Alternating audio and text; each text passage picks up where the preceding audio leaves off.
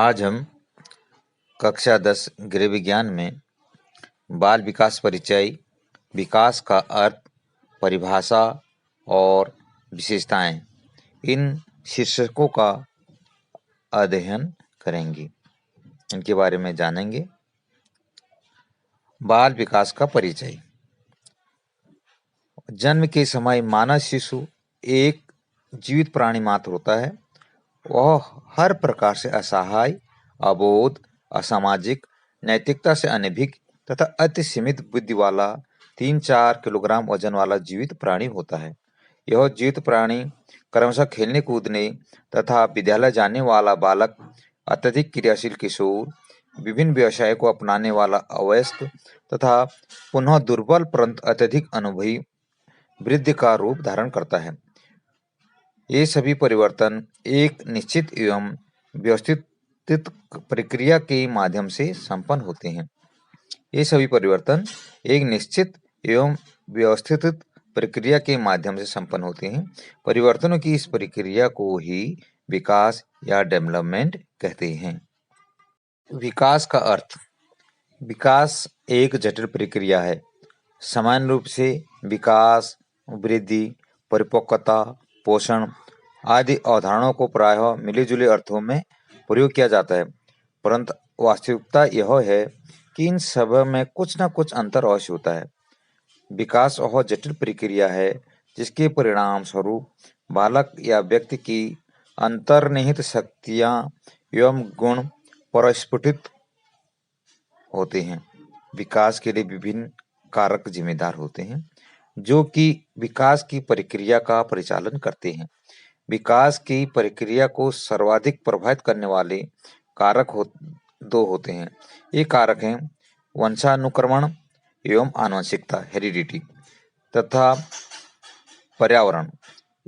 और यह ध्यानपूर्वक देखा जाए तो कहा जा सकता है कि मौलिक रूप से विकास एक प्रकार से परिवर्तन की ही प्रक्रिया है। यह प्रक्रिया मुख्य रूप से दो तत्वों से परिचालित होती है। ये तत्व हैं परिपक्वता तथा पोषण। विकास की प्रक्रिया जीवन भर किसी न किसी रूप से चलती रहती है। विकास की प्रक्रिया का अर्थ हरलॉक ने इन शब्दों में बताया है। विकास का अर्थ परिवर्तन की उस उन्नतशील श्रृंखला से है जो परिपक्वता के एक निश्चित लक्ष्य की ओर अग्रसर होती है। इस प्रकार स्पष्ट है कि विकास के परिणाम स्वरूप व्यक्ति में कुछ नई योग्यताओं, विशेषताओं एवं क्षमताओं, मानसिक शक्तियों, सामाजिक, नैतिक एवं चारित्रिक विशेषताओं से होता है। विकास एक निरंतर रूप से चलने वाली प्रक्रिया है। अब आता है आपका विकास की परिभाषा। विकास के अर्थ को जान लेने के उपरांत विकास की यानी डेवलपमेंट की विद्वानों द्वारा निर्धारित कई परिभाषाओं का उल्लेख करना भी आवश्यक है। जेम्स ड्रेवर के अनुसार विकास वह दशा है जो प्रगतिशील परिवर्तन के रूप में व्यक्ति में निरंतर प्रकट होती हैं। अर्थात यह प्रगतिशील परिवर्तन किसी भी व्यक्ति में भ्रूणावस्था से लेकर प्रौढ़ावस्था तक चलता है और विकास तंत्र को नियंत्रण में रखता है। यह दशा प्रगति का मापदंड होती है तथा इसका प्रारंभ शून्य से होता है।